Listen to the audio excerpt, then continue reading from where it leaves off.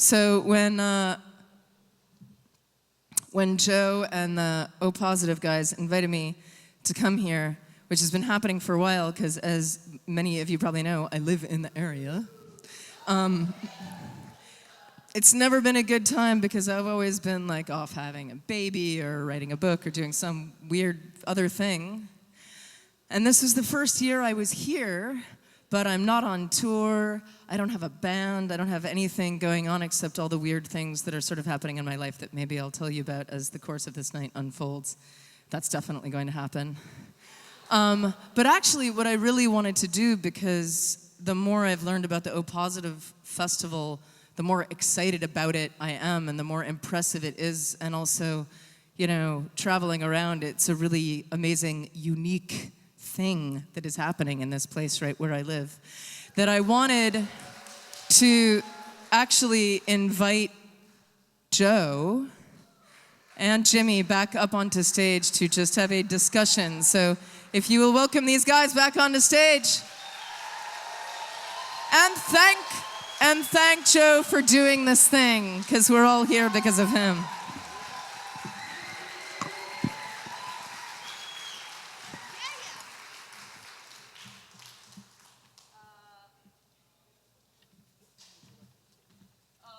Everyone take a chair, I guess. We don't got a mic. Here, let's go that way.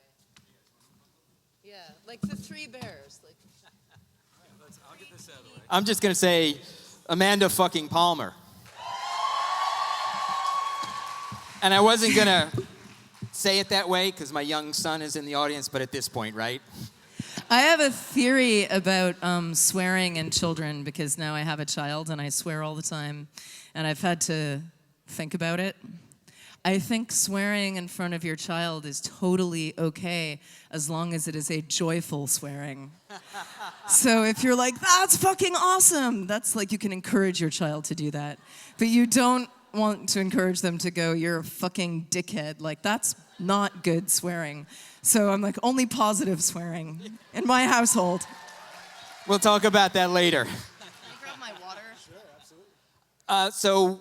Having a conversation with Amanda Palmer is, yeah, of course you want to have a conversation with Amanda Palmer because you have so much to say, and you've been saying it for a long time. It's hard to have a conversation with someone who has too much to say because you don't get to talk. Well, we're going to try. The Art of Asking is a TED Talk that you gave almost 5 years ago. It's coming up on its 5th anniversary. 9 million people have watched that so far.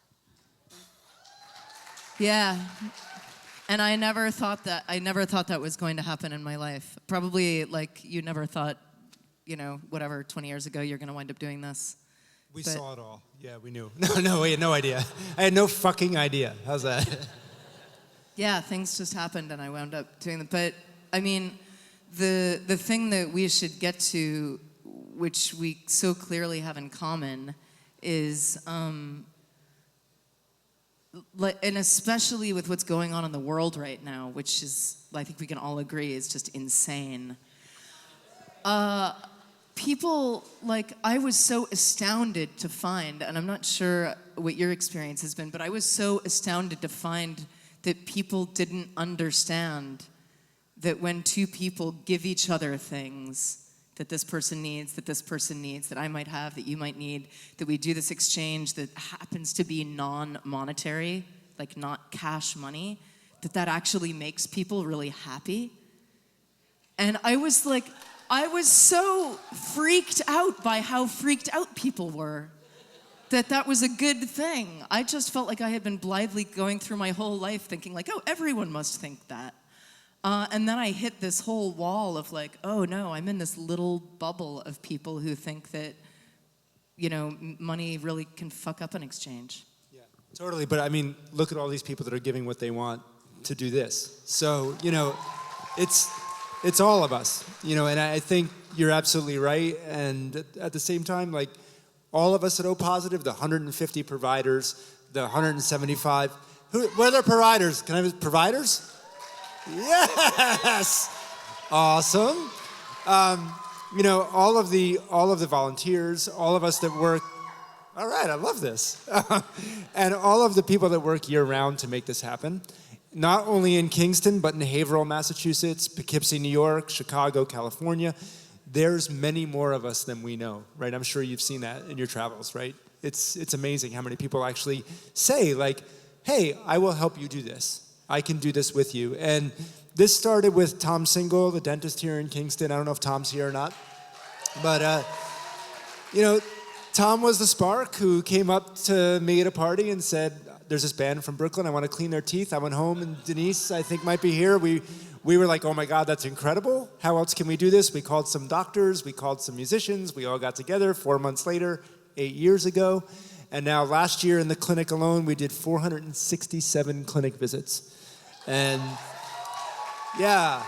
Can I also, to show you how real this is, my dentist is here. And Bruce. All right. And Bruce, can you come up? And I swear to God, this was not plotted. He brought my new mouth guard. And he is going to deliver it to me on stage.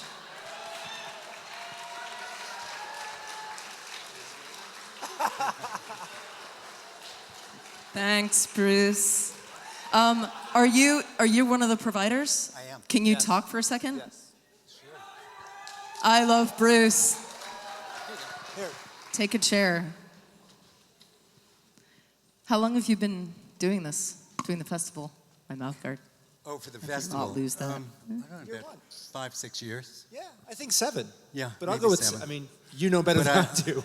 What am I talking I about? have Alzheimer's, so I don't really remember. But not only in here, but in New York.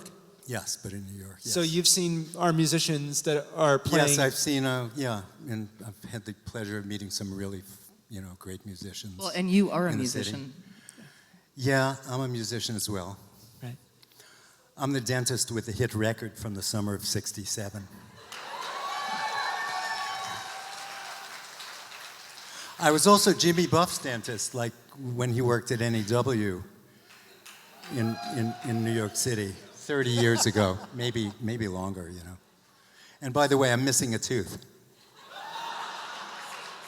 It happened yesterday, But you know how to fix and it. I don't know what to do.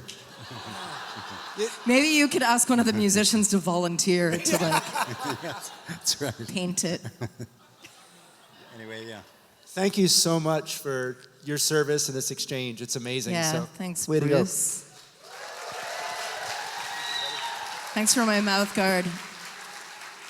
I am so gonna forget that I have this.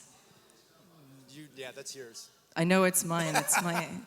I grind my teeth because Trump.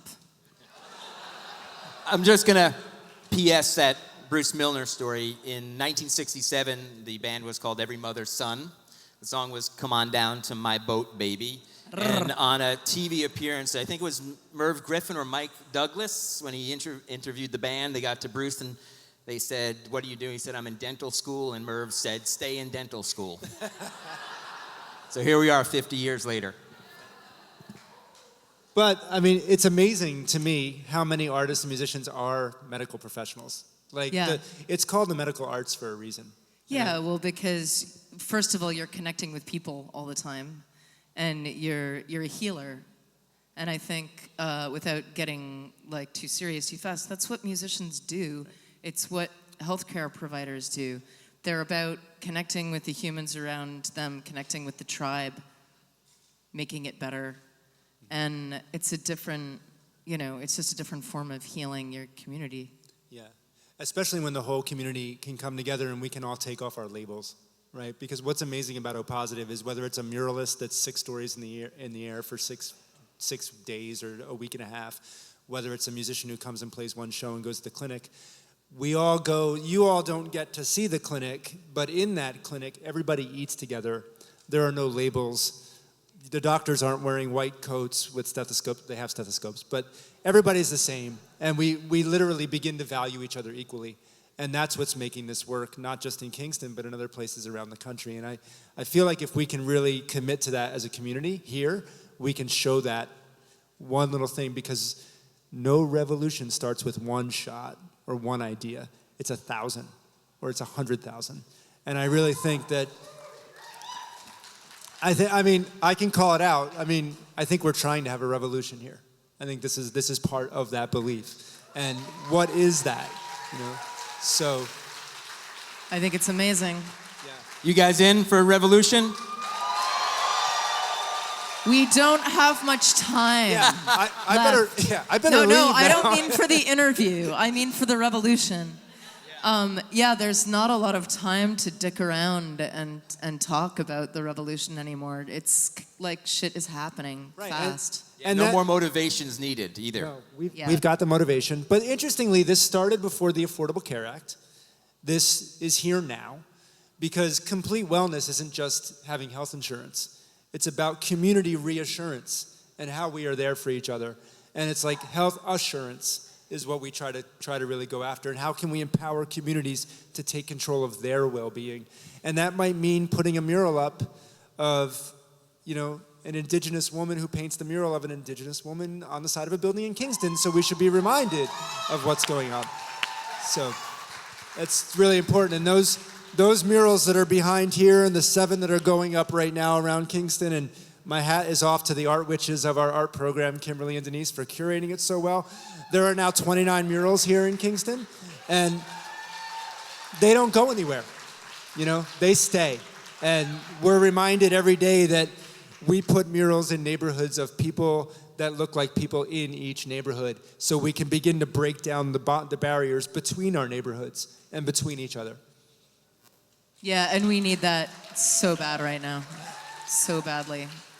So thank you. I don't want to take any more time. I feel like I'm on the I hot could- seat, so I could sit here and talk about this all night. But I mean, I guess in closing, I don't know about you guys. My life is kind of weird right now. I just had a baby 2 years ago. I've been very, my life has just been different. It's been strange. I've been more disconnected than usual from like the social scene and the music scene and everything going on. And I've mostly been taking care of a baby and then doing what I can to contribute some art when and how possible.